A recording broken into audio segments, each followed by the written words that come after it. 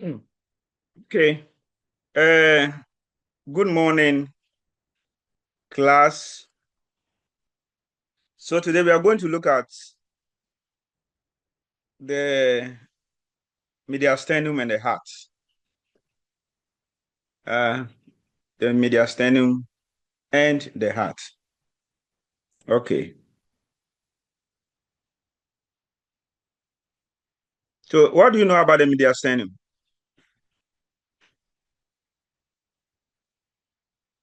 What is the mediastinum?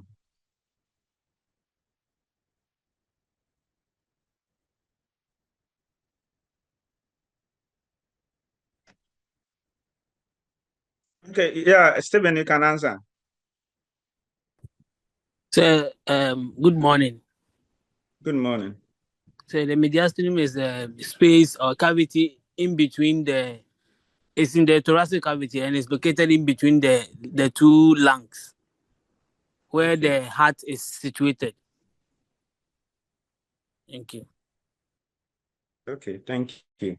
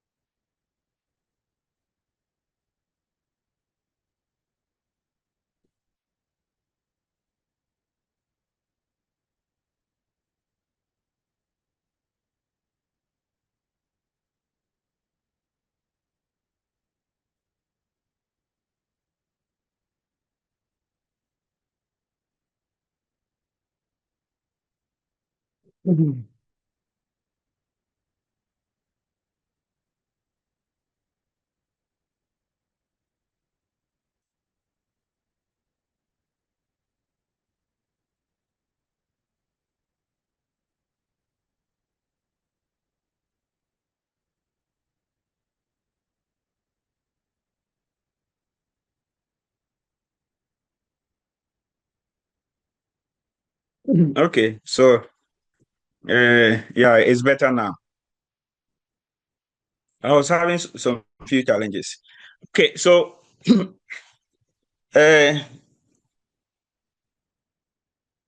he was spot on. So we know this one to be the thoracic one, cavity. So that's the thoracic cavity. So where the lungs are located are the pleural space. So we have the left and the right pleural space. So in between the left and right pleural space in the thoracic cavity is what we call the mediastinum. The mediastinum. For descriptive purposes, the mediastinum is divided into a superior mediastinum and an inferior mediastinum by an imaginary line passing through the sternal angle. You know, the sternal angle is also called the manubrosternal joint. Then posteriorly, that imaginary line passes between T4 and T5 vertebrae. So that this one here becomes the superior mediastinum. So you see that the superior mediastinum will be bounded by the Please, your mandible. voice is low. Please, The your voice is voice is low. low. I can't hear you well. Okay, is it better now? Is it better now?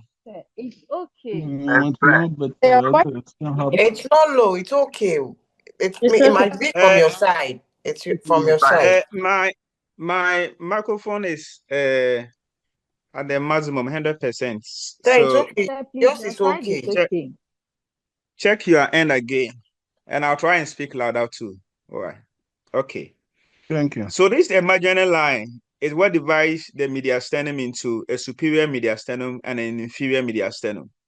So you can see here that the superior mediastinum is bounded by the manubrum anteriorly, posteriorly T1 to T4 vertebrae. Then inferiorly, the imaginary line, then superiorly, it communicates with the heart, to the neck. We call that the thoracic quad inlet or the thoracic quad outlet. So that this is the inferior mediastinum. Now the inferior mediastinum is divided, the heart the heart and 8th pericardium divides the inferior mediastinum to the middle mediastinum where the heart is located. Then an anterior mediastinum in front of the heart and its pericardium. Then posterior mediastinum behind. The posterior mediastinum behind. So you realize that the posterior mediastinum will be bounded by, in front by the pericardium and the heart, at the back by T5 to T12 vertebrae, inferiorly by the diaphragm, then superiorly the imaginary plane passing the sternal angle, and T4, T5 vertebrae. So now that we know the boundaries of the superior, the inferior, the anterior division, the middle, and the posterior, and we can now talk about the content of the mediastinum. We can talk about the content of the mediastinum. At least now we know the middle mediastinum. So the heart is located in the middle mediastinum. Now, from here you can see, let me show you a better diagram. So from here you can see the superior mediastinum. Remember, with the superior mediastinum, structures that is leaving the thoracic cavity and going to the neck will definitely pass through the superior mediastinum. And structures from the neck entering the thoracic cavity will also pass through the superior mediastinum. So the superior mediastinum, you have the trachea in the superior mediastinum. You have the arch of the aorta and its 3 main branches: the brachiocephalic trunk, the left common carotid, the left subclavian, the brachiocephalic veins, and the superior vena cava. All those ones will be in the superior mediastinum. Even the azygos vein will say that it's in the superior mediastinum. The thoracic duct is in the superior mediastinum. The vagus nerve is in the superior mediastinum. The phrenic nerve is also in the what? In the superior mediastinum. As I said, structures entering the thorax and structures leaving the thorax, the neck will pass through the what? The superior mediastinum. Now we remove the heart and the pericardium. So now we are looking at the posterior mediastinum. So in fact, if you look at this side here, if you look at it, the thoracic aorta, the esophagus, they are in the posterior mediastinum. They are in the posterior mediastinum. You know that the esophagus will pierce the diaphragm. So there's this plexus of nerve, the vagus nerve. So this is a vagus plexus. It's also in the posterior mediastinum. This one is called the thoracic duct. We'll do the lymphatic system this semester. This is the thoracic duct. It's in the posterior mediastinum. This is the azygos vein. Is in the posterior mediastinum. The azygos is on the right. On the left side, we have what we call the accessory hemiazygos and hemiazygos. They are behind the thoracic aorta. Then, of course, if you're looking at, so there's a heart and an 8th pericardium. So in the superior mediastinum and in the anterior mediastinum, you find the thymus gland. So this is a thymus gland. So that's the thymus gland. If you look at it here, so here, this is a thymus gland. So it is in the superior mediastinum. It's also in the in the anterior mediastinum. When we look at the lymphatic organs, we'll talk about that one. Okay. So the first part is just for you to know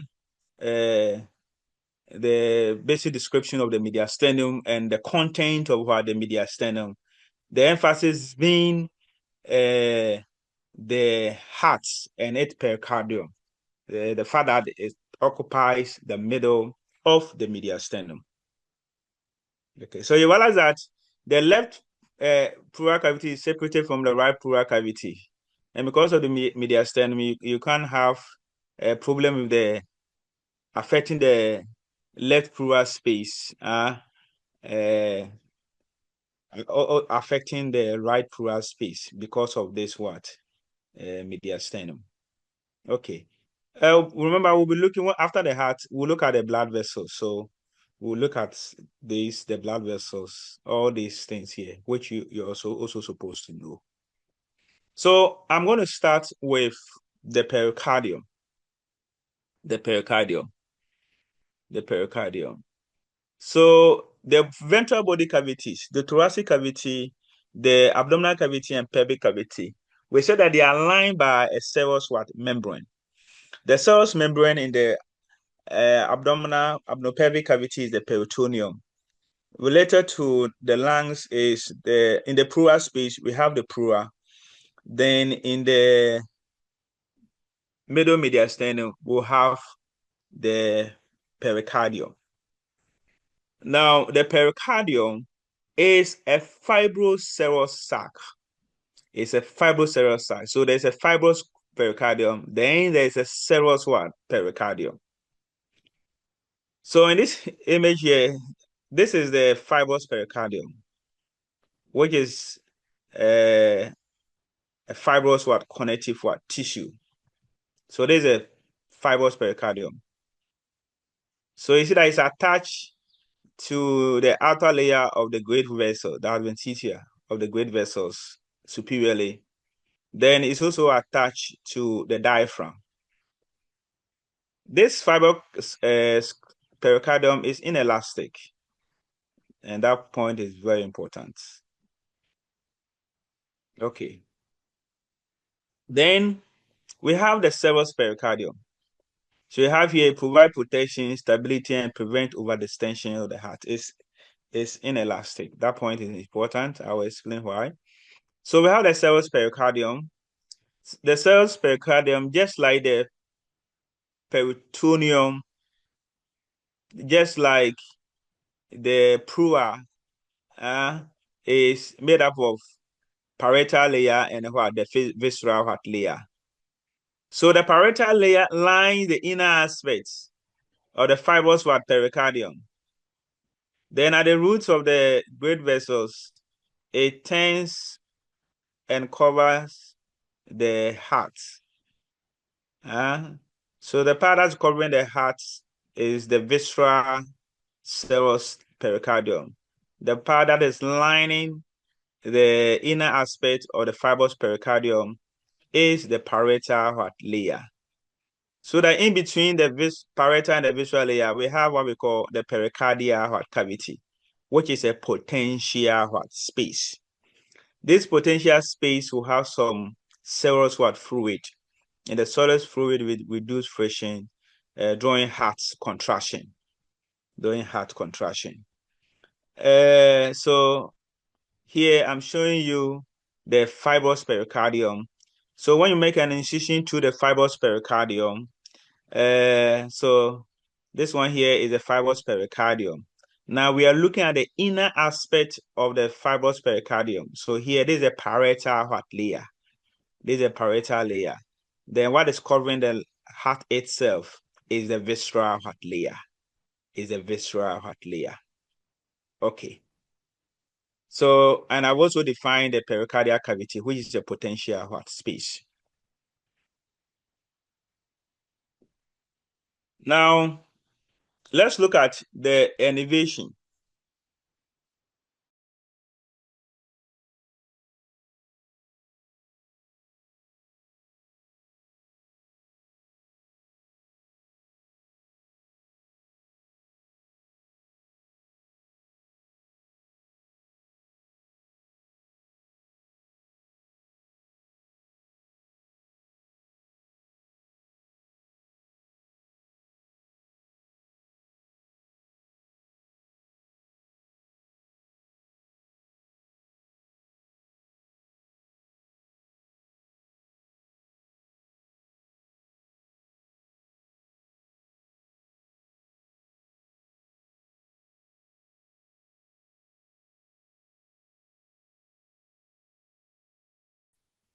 The visceral layer is supplied by autonomic, supplied by the somatic what?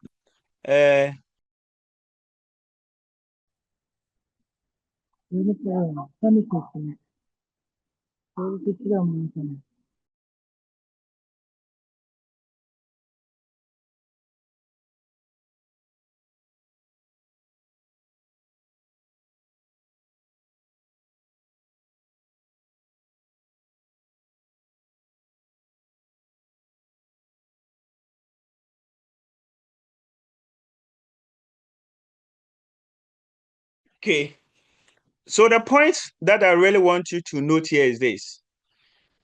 Fibrous pericardium, parietal layer of the cells pericardium, they are innervated by somatic nerves, that's the phrenic nerve, and so they are sensitive to pain. Then the visceral serous pericardium, they are innervated by the autonomic nerves, so they are insensitive to what? Pain. They are insensitive to what? To pain. And here you can see the phrenic nerve in the middle mediastinum giving branches to supply the fibrous pericardium and the parietal layer of the serous pericardium. So let me move something and show you something. Let me move. So the pain will be referred to, So if you look at here, this is a dermatome. So the dermatome here, the dermatome is an area of the skin supplied by a single spinal nerve. So this area is C3, this area is C4, this area is C5. So what we are saying that visceral pain will be referred to an area on the skin. So pain from the body wall is well localized. Then when the pain is coming from the viscera, when pain is coming from the ovary, it's coming from the viscera, whether it's the visceral pleura or the visceral pericardium or the visceral peritoneum. All those ones, the pain will be referred to an area on the skin. And that one will correspond to the dermatome level. So you see that the pain will be referred to the tip of the of the shoulder. So that's why I wanted you to see on that one. Okay. I can also talk about this. The reflection of the pericardium creates spaces. The reflections of the serous pericardium creates some spaces or sinuses. So there are two sinuses. We have the transverse pericardial sinus. Then we have the oblique pericardial sinus. So let me use this one to show you. So you see the pericardium, the serous pericardium. You see how it is turning respect to the vessels. This is a aorta, this is a pulmonary trunk, this is a superior vena cava. I see the way it's also running around the pulmonary veins. So those reflections create these sinuses. So this is where the finger is. The finger is at the transverse pericardial sinus. So the transverse pericardial sinus, you see the finger is behind the pulmonary trunk and the aorta, then in front of the superior vena cava. In front of the superior vena cava. So the finger passing here, you see it at the end. Sometimes the clinical significance of this transverse pericardium is that doing cardiac surgery, like let's say maybe coronary artery bypass, the surgeon can pass a clamp or ligature through the transverse pericardial sinus. The oblique sinus is where you see the the palm. The hand is at the oblique sinus, as you can see here. So the oblique sinus is essentially between the pulmonary veins, then the left atrium in front. So the left atrium in front, then the pulmonary veins. So that is where we have, maybe you can add the inferior vena cava. So this area here is it's a blind end. So when you put your finger there, you can't see it at the other end. Unlike the transverse, where you can see your finger at the other end.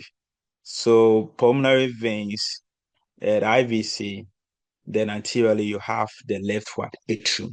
So that's the oblique pericardial sinus. When there's pericardial effusion, the fluid can collect in this space. The fluid can collect in this space. So remember the transverse pericardial sinus and the oblique pericardial sinus, which are formed by reflection of the serous pericardium around the heart and the great vessels. Okay, so with that one done, let's look at the heart itself. So the heart has, so we are starting with the wall of the heart. So there's the epicardium, there's a myocardium, and there's the endocardium. So if you have to start from the pericardium, so this one here is the fibrous pericardium, there's a parietal layer, there's a pericardial cavity. This is the visceral layer of the serous pericardium. The visceral layer of the serous pericardium is actually the epicardium. Then you have here the myocardium, where you have the cardiac muscles. Then the chambers of the heart will have the endocardium, which are lined by by the endothelium. Okay. So that's the layers of the heart. So the endocardium lines the heart chambers and covers the valves. Covers the valves. Okay. Now we've already explained that the heart is within the middle mediastinum, encased with the fibrous serous sac called the pericardium. 2/3 of the heart is on the left, and 1/3 of the heart is on the right of the midline. The heart can be described as a pyramid lying on one side. So as a pyramid, it has a base and it has an apex. The heart can be likened to a pyramid lying on one side. So there is a base and there is an apex. So if you're looking at the heart this way, so this is the heart in situ. Let me rather even use this one. This is the heart in situ. So if you look at the heart, we can talk about the borders of the heart and the surfaces of the heart. And that one is very important that we know. So we are starting with the borders and the surfaces of the heart first. So this side here, there is the right border of the heart. This is the left border of the heart. So the left border, this is the right border. This is the inferior border of the heart. And of course, that will be the superior border of the heart. Then what we are seeing here will be the anterior surface of the heart. The anterior surface of the heart. Hello, sir. Yes, sir, you can. Sorry, please. There is a hand. Yes. There is a hand up. Yeah. Okay. The hand. You can ask the question. Okay. Good morning, sir. Good morning. Please, with regards to the fibrous pericardium, you said it's inelastic. So you said you explained it to us. Okay. So that was the point that I was saying, that when there's too much fluid, when there's excess fluid, so the pericardial effusion. When there's a pericardial effusion, what we are saying is that at least if it's very stretchy, so it's not very stretchy. That's what I mean the inelastic, not very stretchy. But if it were to be very stretchy, then what it means is that when you have excess fluid, this one can stretch, to accommodate the fluid. But it's not very elastic. It's not very elastic. So what happens is that it will rather go into, because that one is not stretching, it will rather put pressure on the heart and lead to what we call cardiac tamponade, heart compression. Is that one okay?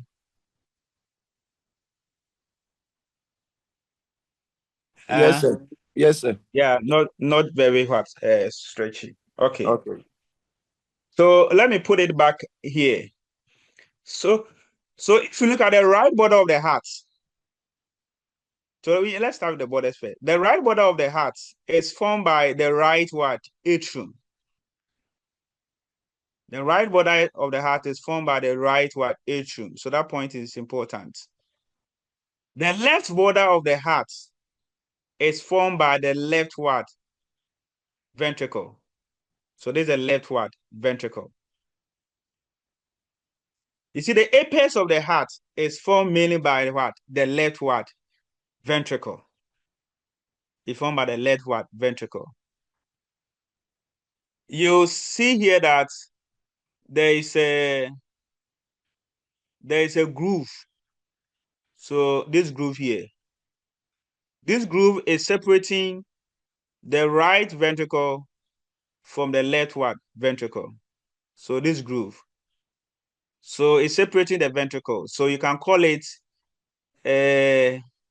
interventricular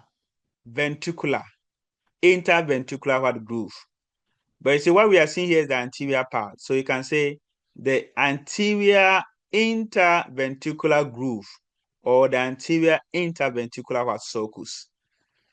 So you realize that the right border is formed by the right atrium, the left border is formed by the left ventricle, the apex of the heart is formed by the left ventricle, the inferior border of the heart, as you can see here, will be formed mainly by the right ventricle.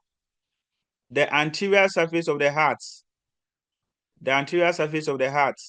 of course, the right atrium is an anterior surface of the sternocostal surface. The right ventricle is also part. The left ventricle is also part.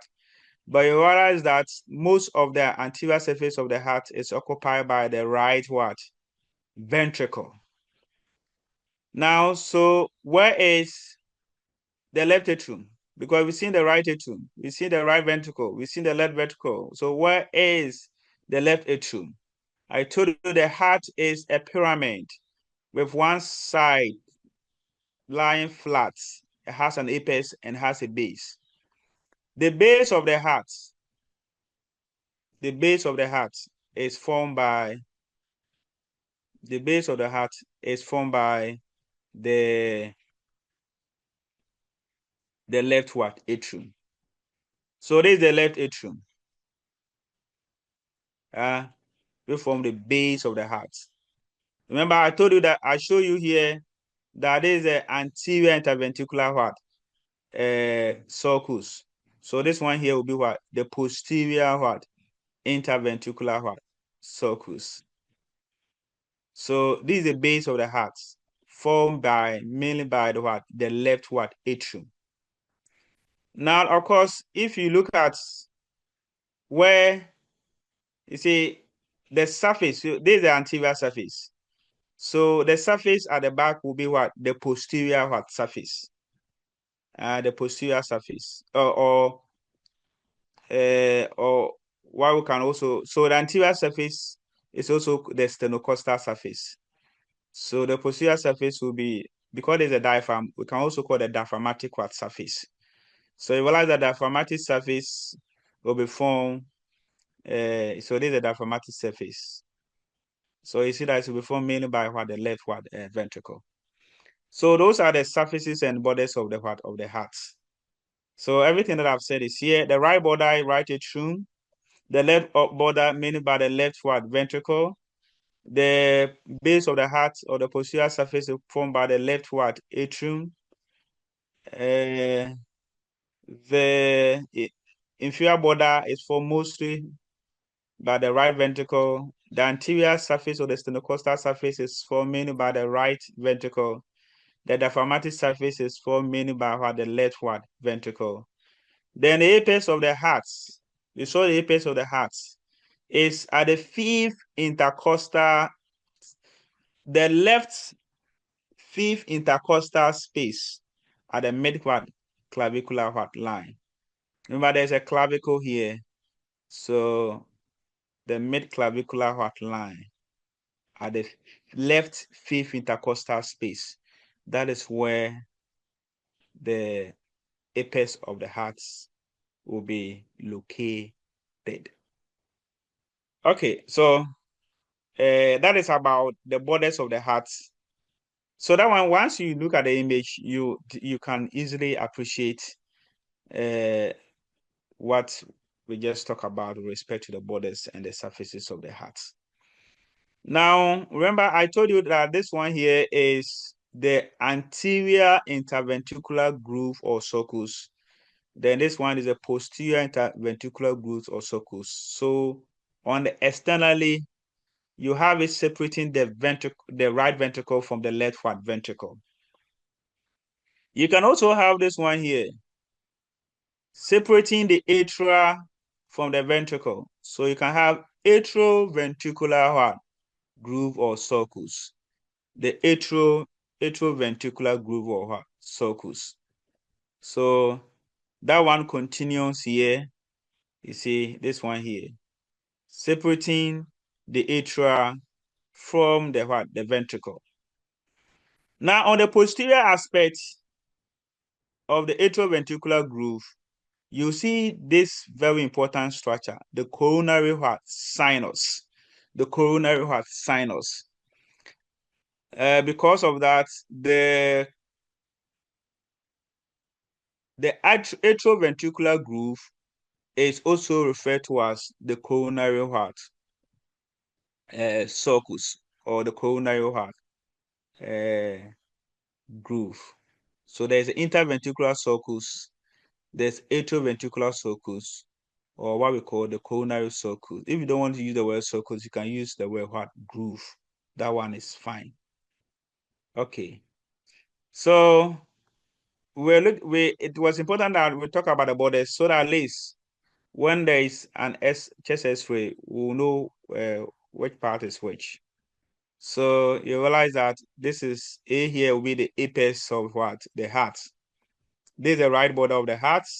So that will be the right atrium. So if you're having a cover opening into it, if you're having a cover opening into it, of course, this is the diaphragm. The left border of the heart is formed by the left ventricle. So once the heart is enlarged, when there's left ventricular hypertrophy, definitely the apex of the heart will not be in the fifth intercostal space. Maybe it will be in the sixth intercostal heart space or seventh intercostal space. So then, of course, the anterior surface here is formed by the right ventricle. Three hands are open. They can ask. So the hands raised. Good morning. Good morning. Yes. So please, my concern is about the heart, the shape of the heart. You said it's like a pyramid. And talking about that, in my perspective, I was thinking that the apex will be the superior part of the heart, and the down part will be called the base. But here I'm seeing that the down part is being served as the apex, where the left ventricle forms the major border of it. I was thinking I can't draw very much, but if you look at this funny sketch that I have made, So it's like we are looking at it is something like that. Like a pyramid like this. Of course, it's not a proper pyramid. So Yeah. it's like the pyramid is this way, then it's lying like that. So this is where the apex what is. So on the base, you saw the base, that the base is at the posterior what surface. So this is where the base of the pyramid what is. But then if you look at, there is some kind of orientation. You see that the right side is kind of right atrium, right ventricle are kind of more anterior. Then the left ventricle, the left atrium is kind of more what posterior. So you were talking about the apex should be above. The pyramid did I'm saying the pyramid is lying on one side. I think that's what I said. So I it's not think a pyramid. with the diagram you just given up, I get it now. It's not a pyramid standing. It's a pyramid lying on one side. Yeah, okay. And I understand why you're saying like that. So it's not a pyramid standing, but the pyramid is lying on one side. So that's how come the apex is down. Okay. Hey, I'm here to prepare your practical. So it's like, our practical exams, you can have something like this where I'll point to you and you identify some parts. Okay. So we're looking at the external surface, and the external surface, from the external surface, we'll be able to locate the chambers. Then we're also able to identify the interventricular groove or sulcus, then the atrioventricular groove or sulcus. So now let's look at the internal. So internal, we can look at it this way. You see the ventricles internally, you have this one here, the interventricular septum. The interventricular septum. This is the membranous part of the interventricular septum, and this is the muscular part of the interventricular septum. So usually, this is where sometimes you have a ventricular septal defect, which we call hole in what? In heart. So, okay. Then between the atria, the right atrium and the left atrium, there is the interatrial septum. There is the interatrial septum. There is the interatrial septum. Then another thing I want us to note is this. If you look at the ventricles have a thicker wall than the atria. The ventricles have thicker wall than the atria. The thickest of the ventricle, the thickest chamber is the left ventricle. If you compare to the right. Then when we compare the right atrium to the left atrium, the right atrium is thinner, has a thinner wall than the left atrium. But the right atrium is slightly bigger than the left atrium. All those points that I've just said, you can find it over here. Okay. So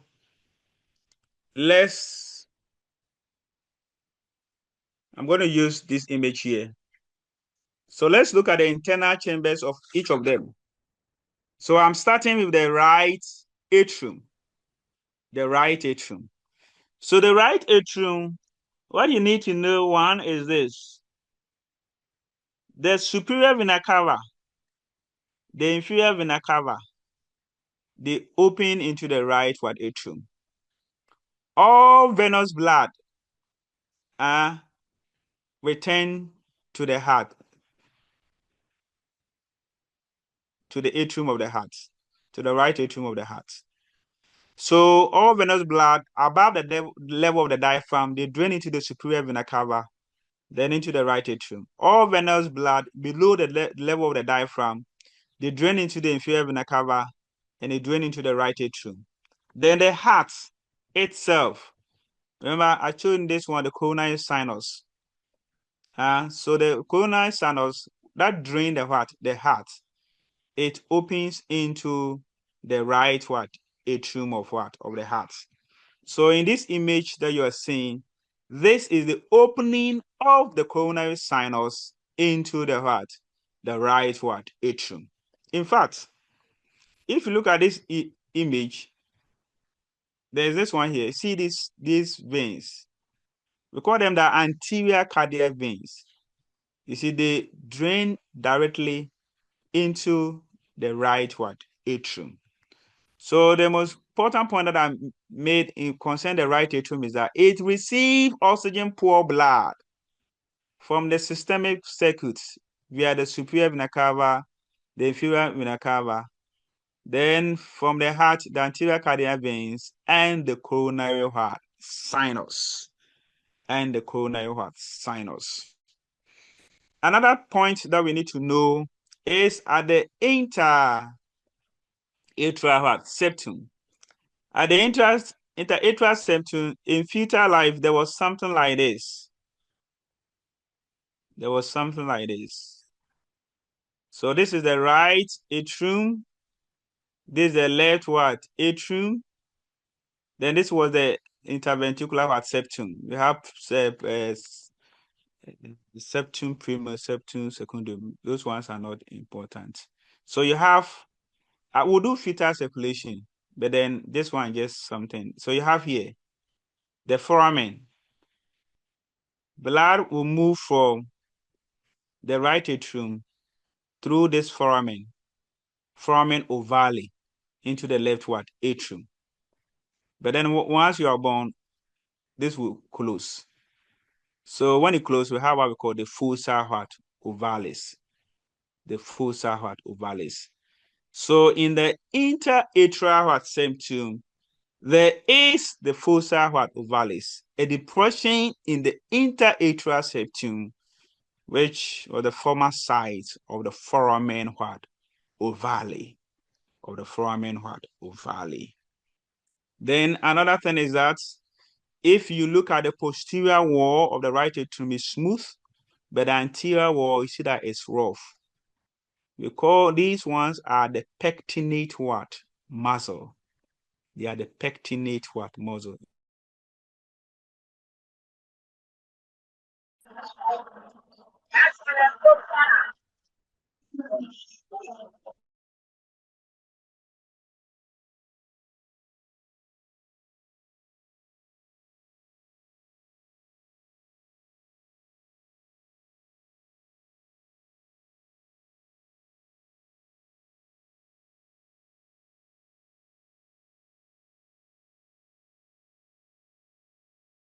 They look like a comb. They are the pectinate muscle. This thing here is from here.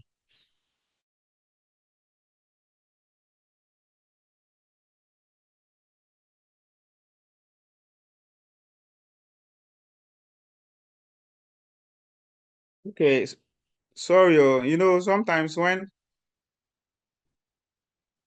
you get a call, then everything gets spoiled, and you have to start again. Okay. But I hope you are paying attention. Yes. Okay. So I just said something about crystal terminal, a smooth muscular ridge that separates the smooth posterior wall from the rough anterior wall. It's important because the SA node is located around that area. So it's important that we talk about it. Then there is this auricle. There's also one person hand up.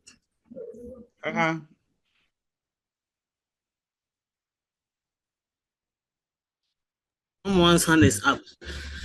Yeah, the person can talk. Sir. Please, my question is way back at the pericardium. You were saying something Yes. like it doesn't stretch. But before that, you said that one allow for when the heart is beating, it allow for the heart to like stretch or beat. But later on, you were saying that it doesn't stretch. So I was a little confused over there. If I remember about concerning beating, what I said was that this pericardial cavity, I said that it contains small amount of serous what? Fluid. So it's a serous fluid that reduces friction during heart what? Contraction, during the systole and diastole. But what I was saying is that this thing here, it can't stretch, not very elastic. It's not very hard, elastic. It is one here. So when you have too much fluid, if it was very elastic, then it means that it can expand to accommodate the excess what? Fluid. In that case, you will not have too much pressure on the heart. So what I said was that it's not very elastic. And because of that, when the excess fluid, it cannot accommodate the excess fluid. Therefore, the pressure will be on the heart. So if that's the clarification that you want, that is that. It's just like having a child who has hydrocephalus. You see, because the bones have no fuse, have not ossified, you see that you can have stretching to accommodate the hydrocephalus, the excess fluid, excess cerebrospinal fluid. But if you look at an adult where the bones are ossified, that one there's going to be massive pressure on the what? On the brain tissue. On the brain tissue. So it's that kind of thing that I'm trying to what? Say. I hope the clarification is clear. Yeah, yes, sir. Thank you. But sir, please, Okay. the visceral one can stretch. And for the visceral one, please, can it stretch? Or all The of visceral them? one, the visceral one is essentially epithelium. The visceral one is essentially what? Epithelium. Okay. It's a simple squamous epithelium. Okay, sir. Thank you. It's a simple squamous what? Epithelium. The fibrous one is a dense irregular connective what? Tissue. So you're looking at something like, so if you look at here, you see this one here. You see the lungs. Hello, can you see the lungs? I'm pointing to the lungs. Yes, sir. Yes, sir. That shiny thing that you see on the lungs is the visceral pleura. Okay. Is a visceral what? Pleura. Then the one that will line where the lungs is located is the parietal what? Pleura. So it is the same substance as the serous pericardium. Okay. The same substance as the serous pericardium. So in fact, when you look at this image here, if you look at this particular side here, Yes. if we are to remove the fats, what we are Yes. touching, I even like this one. Let me use this one. So this, we are talking about the walls of the heart. So essentially, this one here, Yes, sir. is the visceral pericardium. Then this is the, what do you call it? The myocardium. And if you look at the uterus, you know the uterus has a peritoneum covering. So that peritoneum is actually the outer layer, which we are calling the perimetrium. where we have the smooth muscles is the what? Myometrium. So it's the same thing. So it's a serous, it's a simple what? Squamous what? Epithelium. So if you are talking about places where you can find simple squamous epithelium, you can say is the serous what? Membranes. So the serous membrane, one is the serous pericardium, one is the pleura, and one is the peritoneum.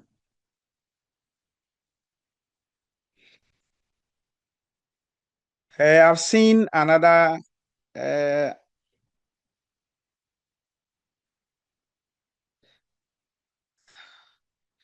for those talking about the midterm, I decided that you when a class ends, I think from 11:30 to 2 o'clock, you try and what do the work. If there are any challenges, I will address those what issue. But please try and do it. Because it's a test. You see, I was wanting to give you a very long time, but I just realized that because a midterms, like if you do it within, if it's 1 hour, you do it within 1 hour. Well, because if all of you log in at the same time, there may be problems. So that's why I'm giving you 3 hour what window to do what the work. If there are any challenges where I am seated, I will know. And I will address those what issues. I will address those issues. So so that is that.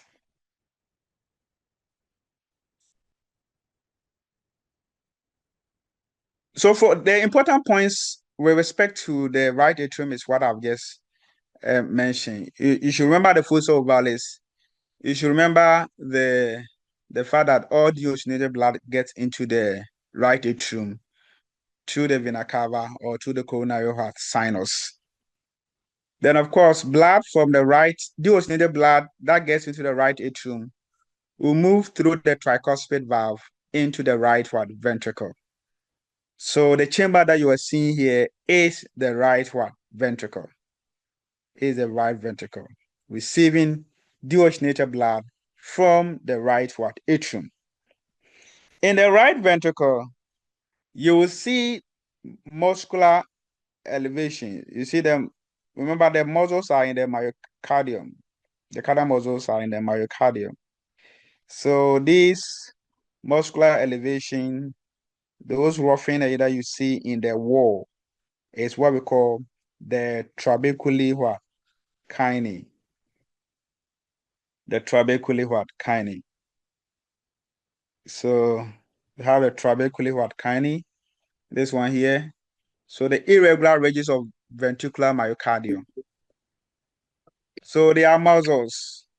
So once they contract, they help to move the blood, eject blood from the ventricles. Then some of the muscles, you see it projecting into the cavity, the ventricular cavity. These ones here, projecting into the ventricular cavity. Projecting into the ventricular cavity. And these muscles, we call the papillary muscles, they serve as attachment to these fibrous cords that we call the caudal tendoning. The caudal tendoning. Because in the right, between the right atrium and the right ventricle, we have the tricuspid valve. In fact, the papillary muscles, we describe them in 3. So you have here, you can see the septal papillary muscle. I will say this one is the anterior papillary muscles. Then I'll say this one is the posterior papillary muscle. Then just imagine that there is a papillary what? Muscles that serve as attachment to the caudal what? Tendon or the fibrous cords. These fibrous cords, they are attached to the leaflet of the valves. They are attached to the leaflet of the valves, then to the papillary what? Muscle. You realize that when blood from the right atrium moves to the right ventricle, the tricuspid valve must close. So how does it close? It is this contraction of the papillary muscle. When the papillary muscle contracts, it pulls the caudal tendon so that the valve can close. The valve can close. Without the caudal tendon, it means that the caps of the leaflet of the valve will flip into the atria. Yo, what of it?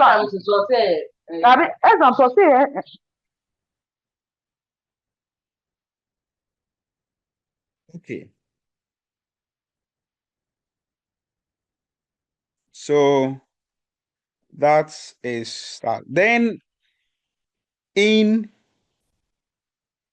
present only in the right atrium, we have what we call the moderator band or the septomarginal trabecula.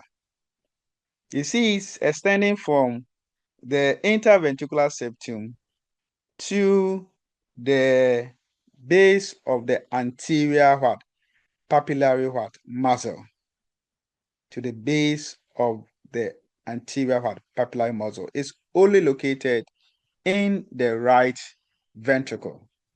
When we do the conducting system of the heart, then we can look at its function. Okay. Hey, what is happening?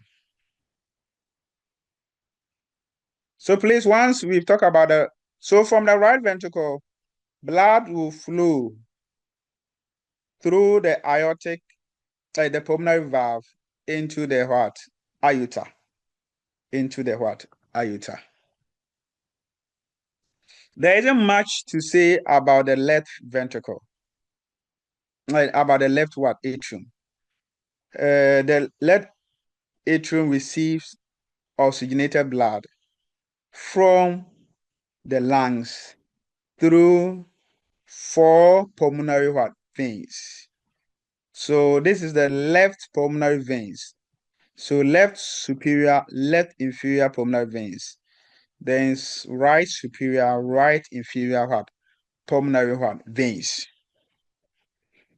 I think I was talking about the auricle, and I think then that is when the question came. So the auricle is just an appendage of the atrium, and it used to be the fetal heart, fetal the right atrium. Okay, so you realize that here there isn't much to see there because you have fossa ovalis is in the interatrial septum, so you also find it over there. So here they are showing us the left atrium, so they are showing the left auricle. Then it receiving then the pulmonary veins which drain into the left atrium. From the left atrium to the left ventricle, you have the bicuspid valve. So this is the left ventricle. So there too, you can still talk about the trabeculae kinae. You can talk about the papillary muscles because it's bicuspid. You see, talk about anterior papillary muscles and the posterior papillary muscles. Here you can see the very thick muscular wall of the left ventricle. Now, remember I showed you that the interventricular septum, that there's a membranous part and there's a muscular part. So here is they are pointing to the muscular part of the interventricular septum. And here they are pointing to the membranous part of the interventricular septum. Okay. So please, that is all that we can say respect to the what? To the chambers of what? Of the heart. So you have here, just to show you the way blood flow through the heart. So the right atrium receives the oxygenated blood from the superior vena cava, inferior vena cava, the coronary sinus. So from the right atrium, the tricuspid valve will open, the blood will get into the right ventricle, then to the pulmonary valve, then to pulmonary arteries, then to the lungs. At the lungs, there is what? Exchange of gases. Then the pulmonary veins will bring the oxygenated blood to the left atrium, then through the bicuspid valve into what? The left what? Ventricle, then through the aortic valve into the aorta, where blood will be distributed to all parts of the body. I saw a hand's raise. Sir, please, I wanted to find out the difference between the auricle and then the atrium. I think I got myself confused there. Okay, so I think I've explained it. So Yeah. I said that the auricle is a pouch-like appendage of the atrium. So in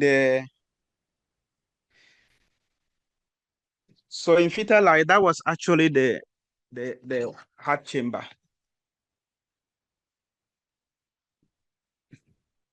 The reason the atrium is rough, is smooth, is due to the incorporation of the vessels. That's where the walls are very smooth. So you realize that it's only here where you have those pectinate muscles over there. So the atrium is the chamber. This appendage of the atrium is the auricle. Is the auricle. So we're looking at the valves. The valves can be grouped into two.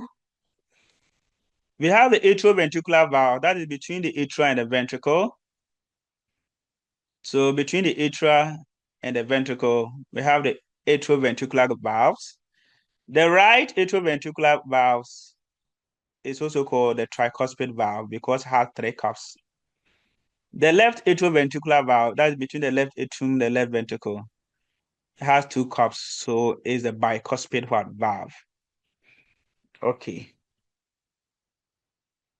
Then we have, so here, this is the bicuspid valve, 2 cups. 2 cups. Then this is the tricuspid valve, 3 cups. The tricuspid valve. Okay. Then we have the semilunar valve, the half moon. If you look at the semilunar valve, they prevent backflow of blood from the great arteries into the ventricles. So here, there's a pulmonary semilunar valves between the right ventricle and the pulmonary trunk. The aortic valve between the left ventricle and the aorta. Those are the semilunar valves. So these are semilunar valves. This one here will be the aortic semilunar valves. And this is the pulmonary semilunar valves. Okay. So here they are showing us the right ventricle, showing the 3 papillary muscles, the chordae tendineae, and the cups of the tricuspid valve. So here they are showing the pulmonary valve with the three cups. Okay. Now there's something that we call fibrous skeleton. There's something we call fibrous skeleton. So this is the fibrous skeleton. These ones here. They are connective tissue. Fibrous connective tissues. They serve as attachment to the heart muscles, and also to the valves, One important function is this one. It insulates the ventricles from the atria. You see, when the atria contract, then the ventricles will contract. You don't have the atria and the ventricles contracting at the same time. So there is this fibrous skeleton that electrically insulates the ventricles from the atria.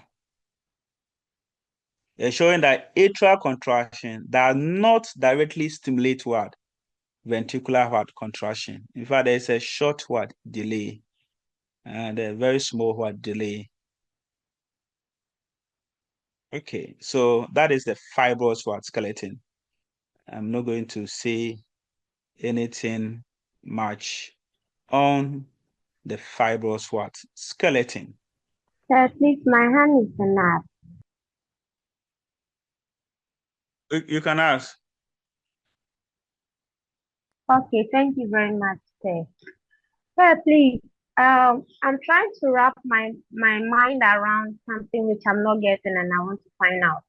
You mentioned that between we have tricuspid valve between the right atrium and the right ventricle, and then we have a bi, that is the mitral valves at the left ventricle and then the left atrium. I want to find out, say, is this and also we realize that is three veins that are emptying into the right side of the heart. That is the upper superior and inferior vena cava, and then the coronary artery, the coronary veins. If I'm confusing the word. Then the left side, we have the four pulmonary veins empty into the left atrium into the left ventricle.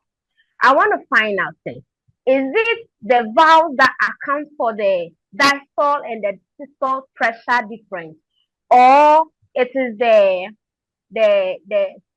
valve? So I mean to ask, is it the valves that are accounting for the pressure differences, or is the amount of blood that enters the left and the right that cause the differences in the measurement? I mean, for instance, 120, 80. You see that the 120 is high and the 80 is low. Is it the valves that account for this, or is the amount of blood entering the two sides of the heart that cause the differences? Thank you, sir. Okay. You were saying that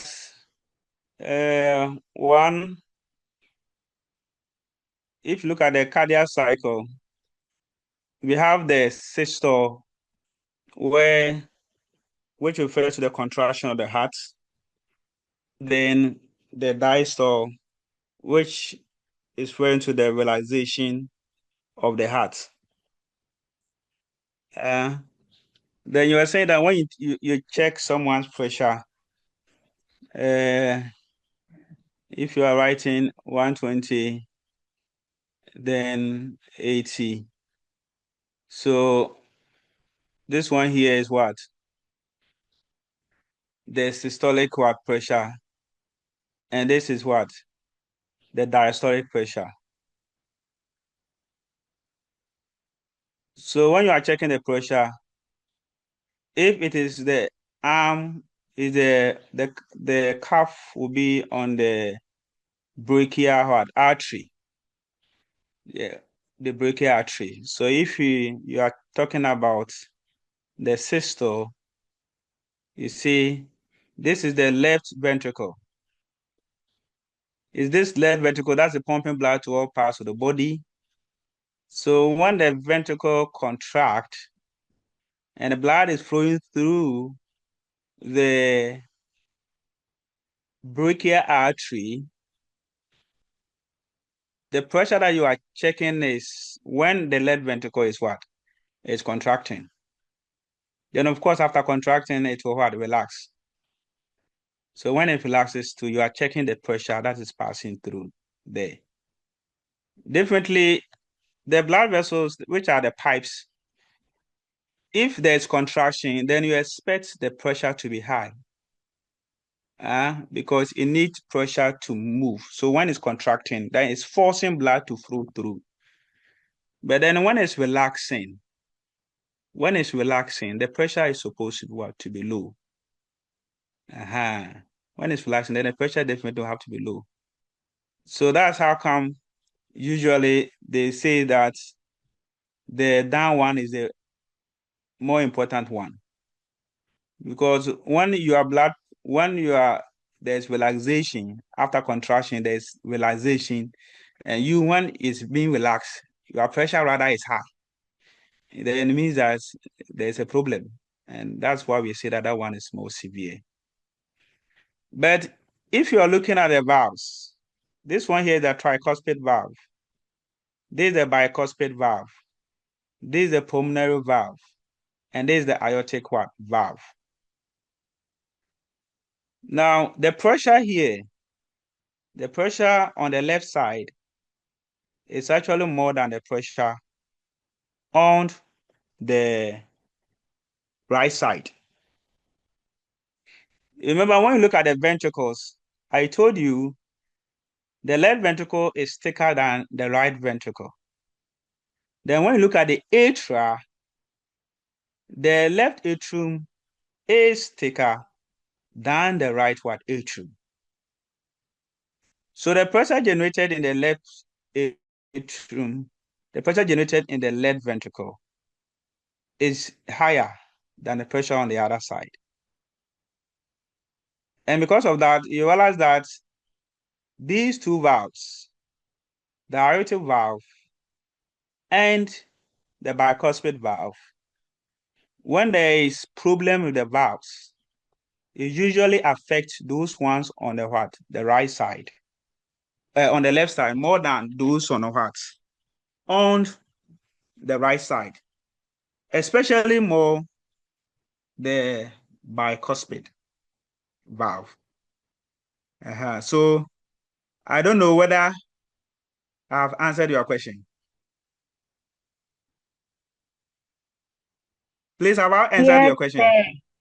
Yes, okay. sir, with the first explanation, I got it. Sir. Thank you. Okay.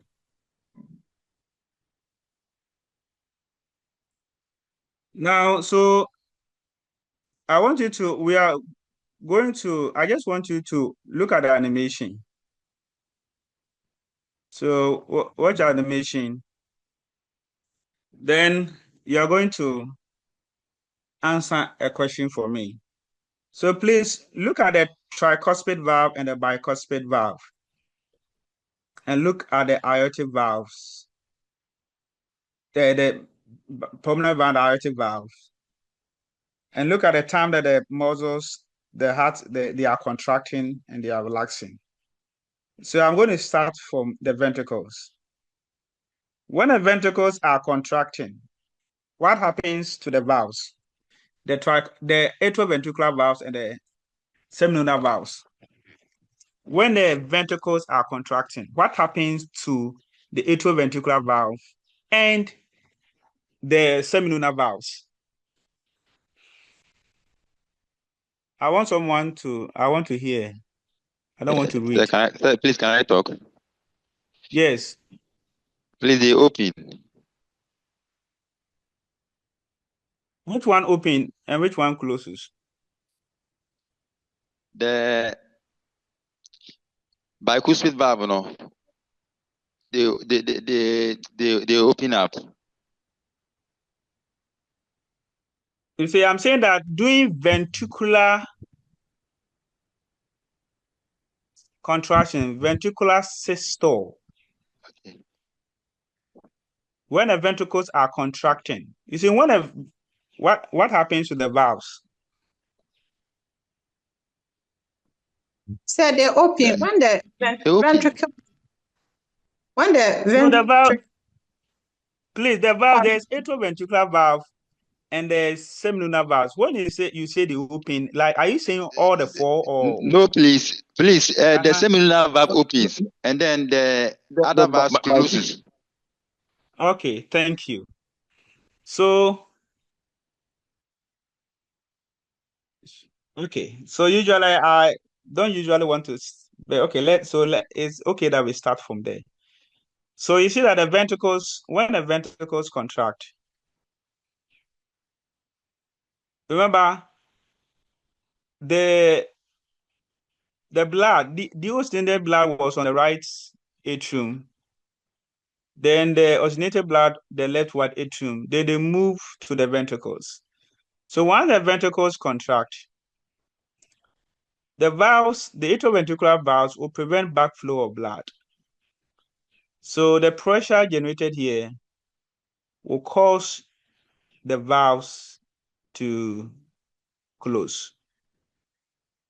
We'll cause the semilunar valves to open. Then this one will close. So remember, I was telling you that when the ventricles contract, the papillary muscles will contract, then pull the caudal tendon so that the caps they close. So that the caps they close. Okay, so what you said is true. Now the closure during ventricular systole, you are saying that the semilunar valves they open, then the atrioventricular valves they close. You see, they shut. So the closure of the valve is what produces the heart sound. So the heart sound are produced by the closure of the heart valves and the resulting blood turbulence, which can be heard with a stethoscope. So the third heart sound, S1, the lap sound, which is the loudest and longest, is produced by closure of the atrioventricular valves. And when does the atrioventricular valves close? During ventricular heart systole. Now, the mitral valve will close slightly before the heart, the tricuspid valve. Now, then the next one, you see the left ventricle the blood will get into the aorta to all parts of the body. Then the right ventricle to the lungs, to the pulmonary arteries.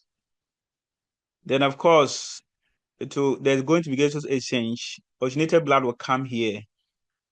Then deoxygenated blood will come to the right atrium.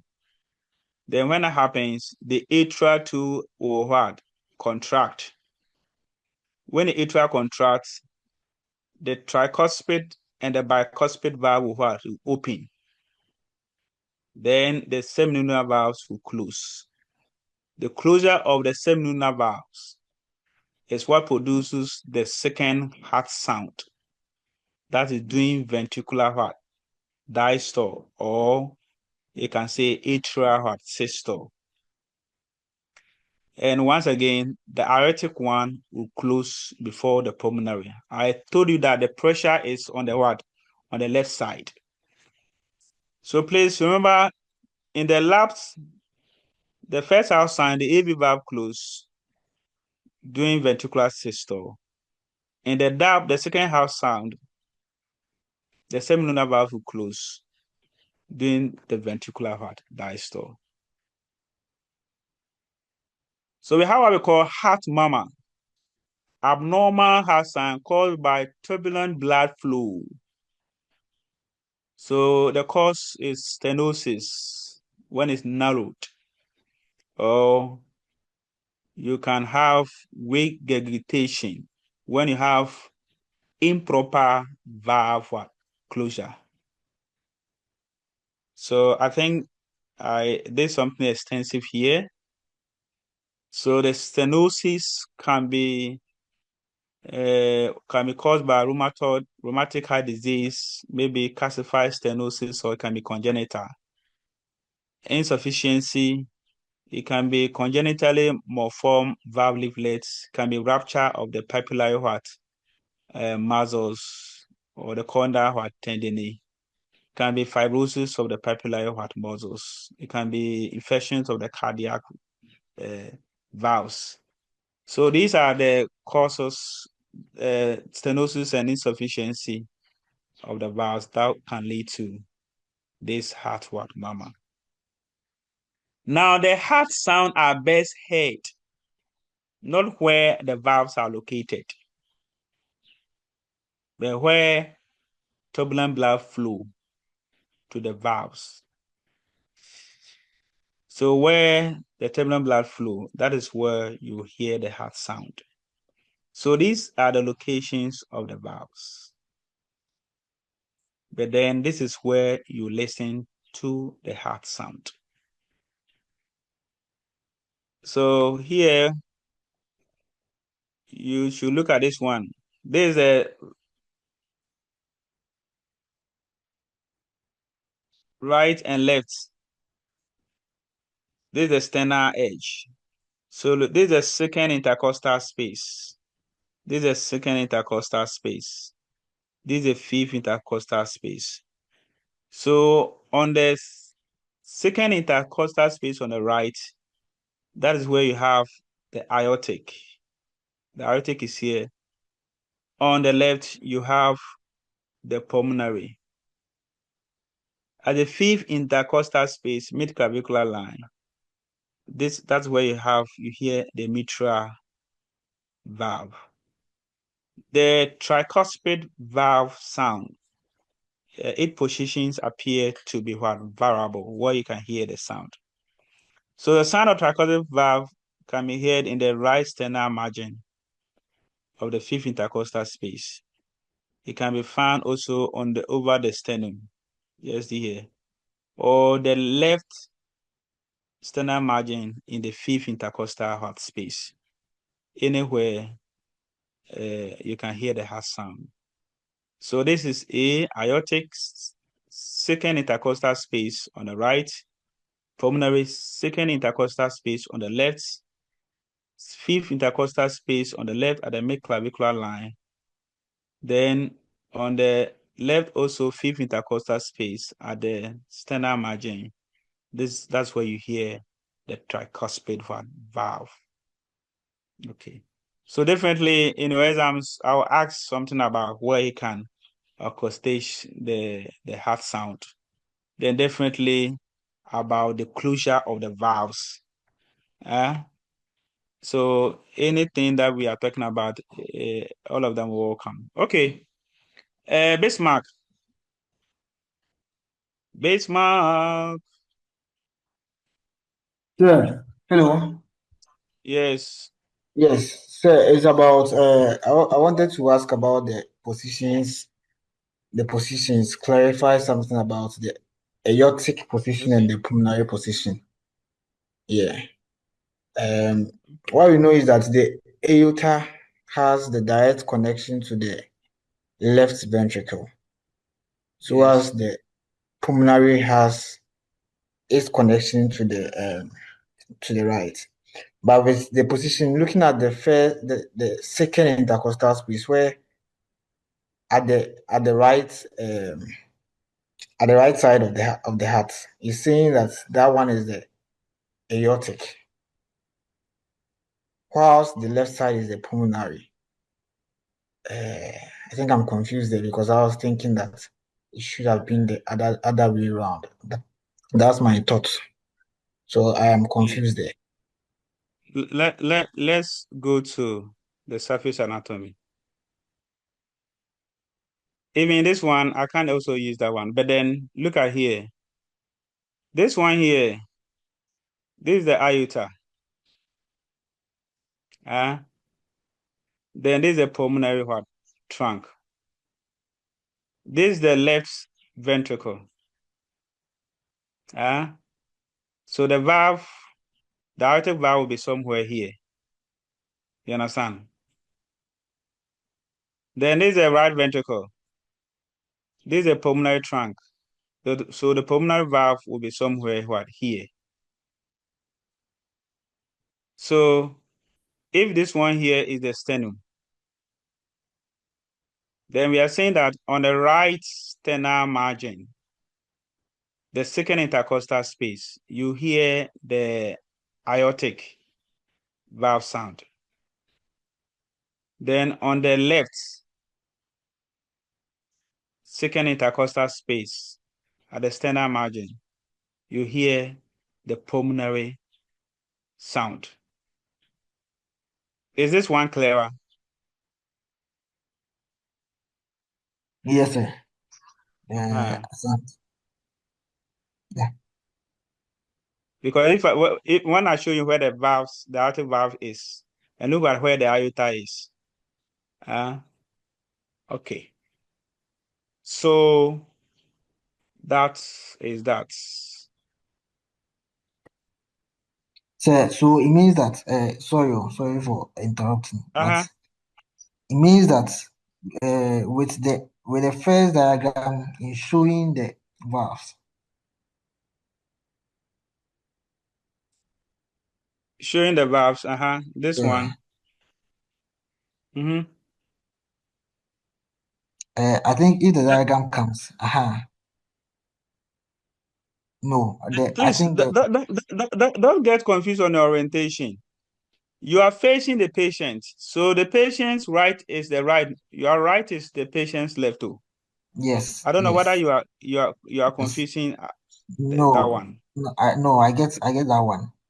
Okay. You just saw the diagram before this diagram. Yes. So Yeah, can you here, go to? so here we are saying that this is the right Yes. second intercostal space. So this is where you hear the aortic. And then the left second intercostal space at the sternal margin, that's where you hear the pulmonary. Because when you do the heart, the aorta will be here. The aorta is on the right. The pulmonary trunk is on the left.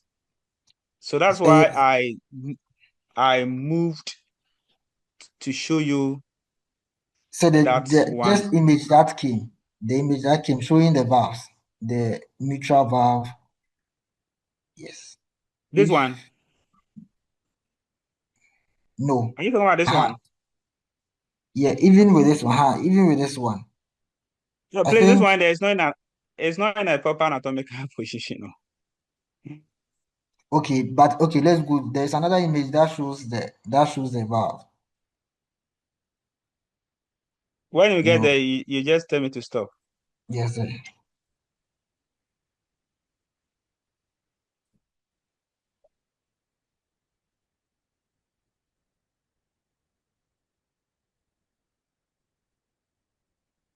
ATTA. I'll say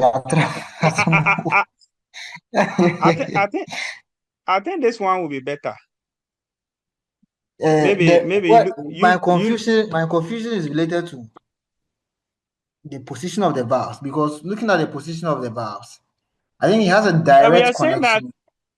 But we are saying that where the heart sound is, that is not where the valves are located. Yes. You can hear the mitral valve is. But look, this is where the mitral valve is. If you look at it, it's here. But we are saying that if you want to hear the mitral valve sound, you should rather accostage the apex of the heart. So what would be the aortic valve from this image? What would be the aortic valve? The aortic valve. Yes. So this is here. The left ventricle is here. Yes. The aorta is this is the aorta. Okay. Please, this is the aorta. This is the left ventricle. So the valve is here. And you're hearing the sound here. Then there's a right ventricle. Okay. The pulmonary valve is here. So it This means one that is what they are saying. look, with what you are showing now, it means that one of them is posterior to the other, the pulmonary valve and the aortic valve. The pulmonary valve and the aortic what? Valve. Yes. You are saying one of Yes. them is what? It's posterior to the other. So that's why I So this image is what I was I talking about. The image that just came. this one. No, the image, I think you are going further. No, you have to come back. Come back, please.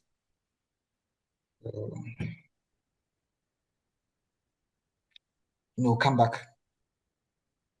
No. This one. No. Even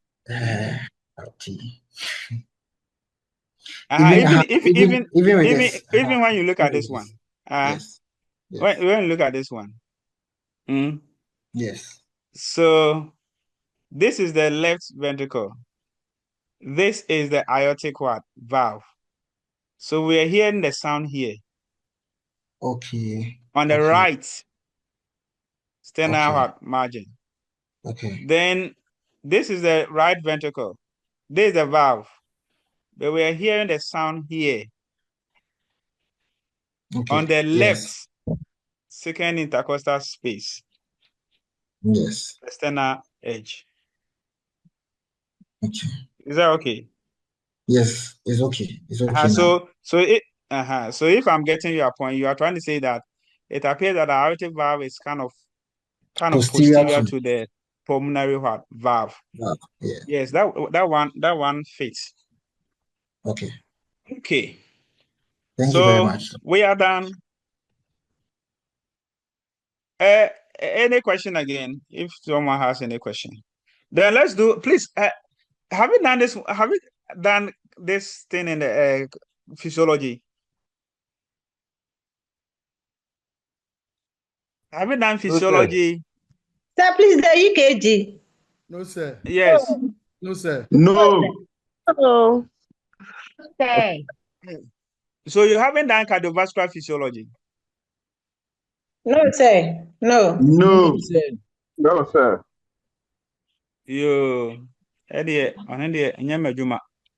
Okay. Oh, so that's not accurate. We did cardiovascular physiology. Yes. So it will come in the exams. Come in the exams. No. When were we talking about? No, we even did conditions. That's where we had the heart defects. No, please. That was surgery. Please. That was surgery. I know. That was Listen. My bad. Listen. Sorry, that was surgery. Please. physiology. This one is not anatomy. Please, this one is not anatomy. But sir, we would prefer you teach us this one. Why? Because you understand better. It's not. I don't understand better. No, anatomy you understand better. The physiology. So you want us to teach us? You want us to teach us? We want you to just take us through. Please teach us, okay? Hey. So you see, from where you started from, if you take that one and add it, the understanding will be very They understand, yes. Sure. You let me finish my anatomy. Why? In an anatomy, when you studied muscle tissue, when we did what they call muscle tissue, we talk about cardiac muscles. Then we also talk about smooth muscles, and we said that they are involuntary. We said that they are involuntary. Then we said that we said something special about the cardiac muscle, autorhythmicity. That the cardiac muscles can initiate their own heartbeats, action heart potential. So that one, what constitutes what we are calling the conducting system of the heart. So they are specialized cardiac muscle cells. So we have the SA node, the AV node, the AV bundle, then the Purkinje fibers. So if you look at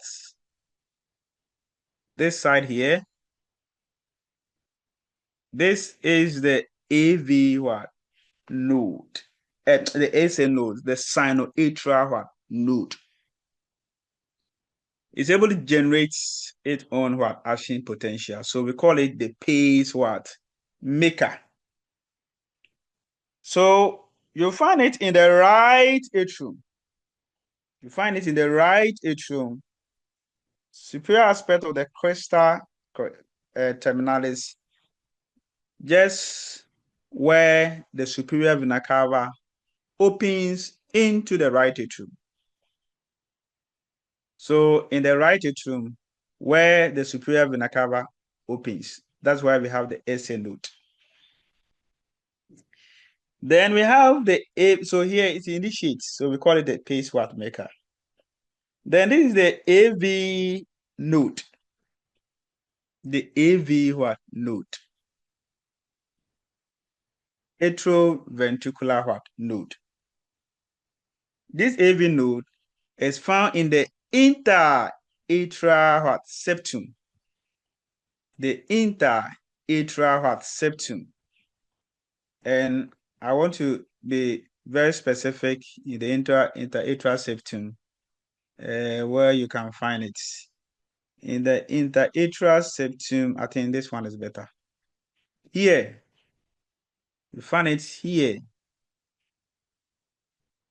just above the opening of the coronary sinus, or you can say between the opening of the coronary sinus and the tricuspid valve. So this area here, this is where you find the AV, the atrioventricular node. So the SA node will initiate, then the AV node will receive the impulses. You see the impulses. Then you have here, this is the interventricular septum. This is the membranous part. In the membranous part of the interventricular septum, there is the AV bundle, what we call the bundle of His. The bundle of His. The bundle of His. Then from there, it will branch into right and left, then spread within the wall of the ventricles as the Purkinje fibers. As the Purkinje fibers.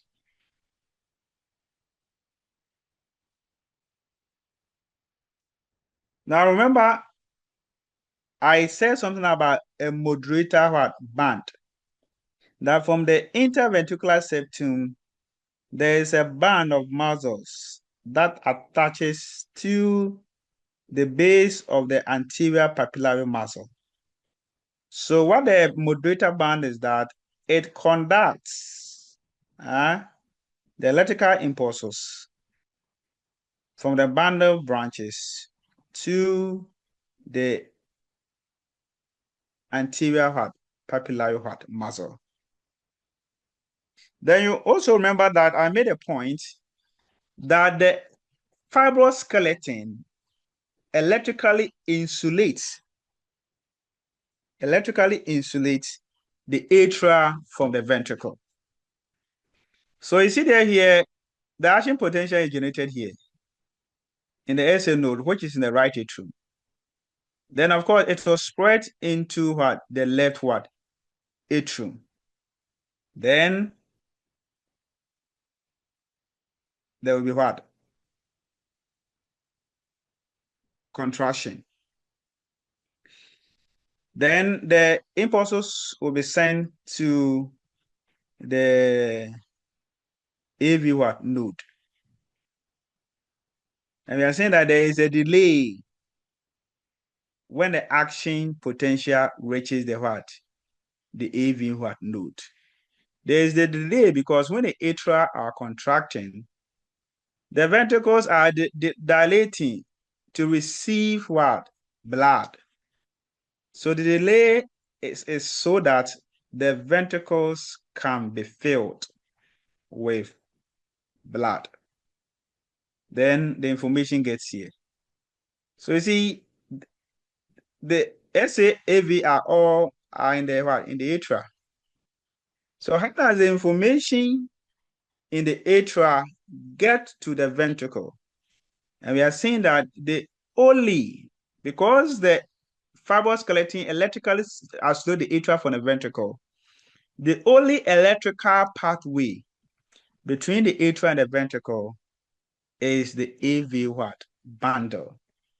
Is the AV what? Bundle. Is the AV what? Bundle. This one is not a proper diagram to use, so that is fine. We will have seen that one. The AV what? Bundle. So there's what we call the heart block. So AV block, that is when the electrical signal between the atria and the ventricles are delayed.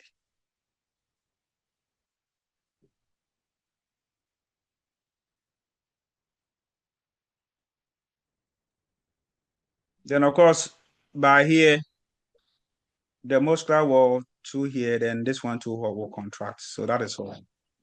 So there's a no generate action potential that spread to the atria. There is a delay when the action potential reaches the atrioventricular node.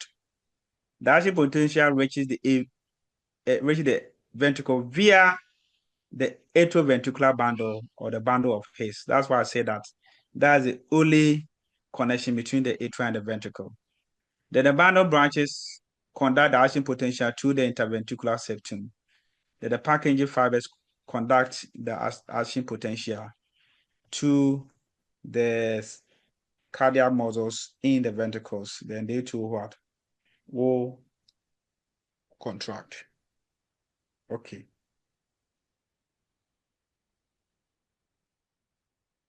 We have abnormal rhythm. That is arrhythmia.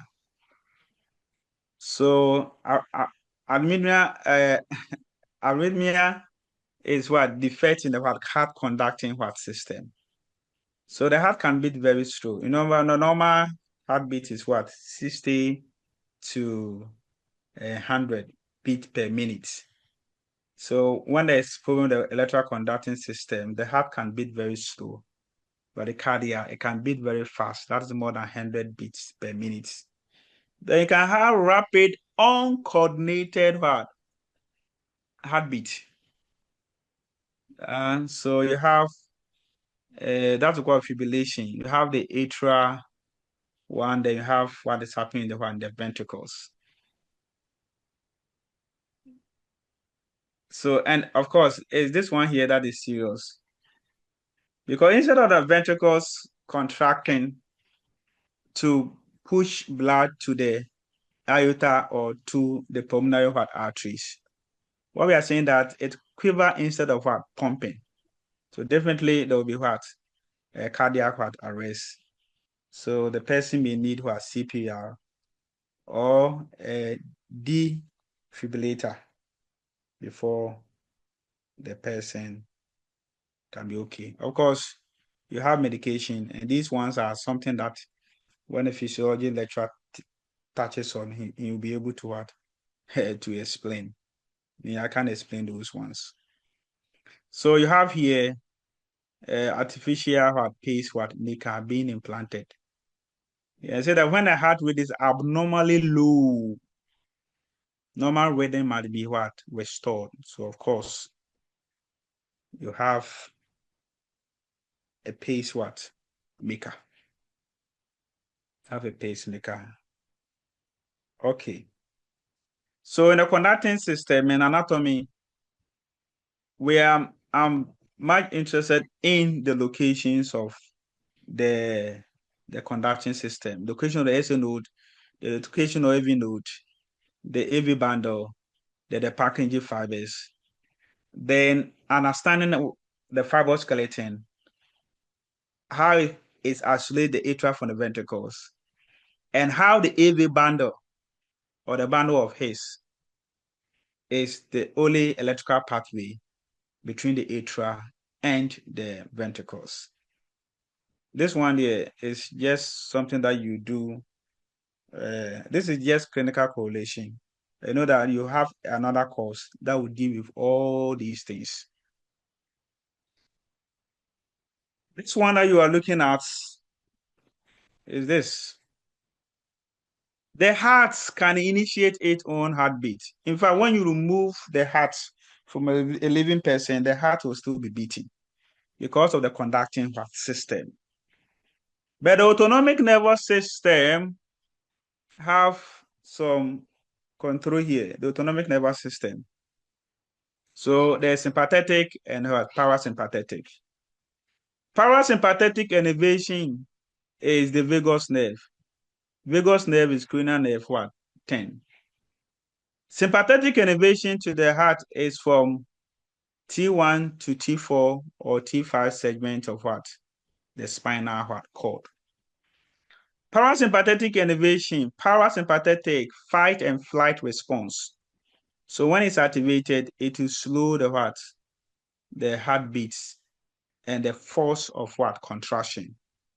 The sympathetic nervous system, which is under fight and flight response, will rather increase the heart rate and the force of contraction. Now, pain from the heart. The heart is a visceral organ. So it will travel along. I'm saying that parasympathetic is nicknamed rest and digest. So now that you are listening to me, the parasympathetic nervous system is at work. So usually we slow heart rate and the force of contraction. Then the sympathetic is from T1 to T4 or T5 segment of the spinal cord.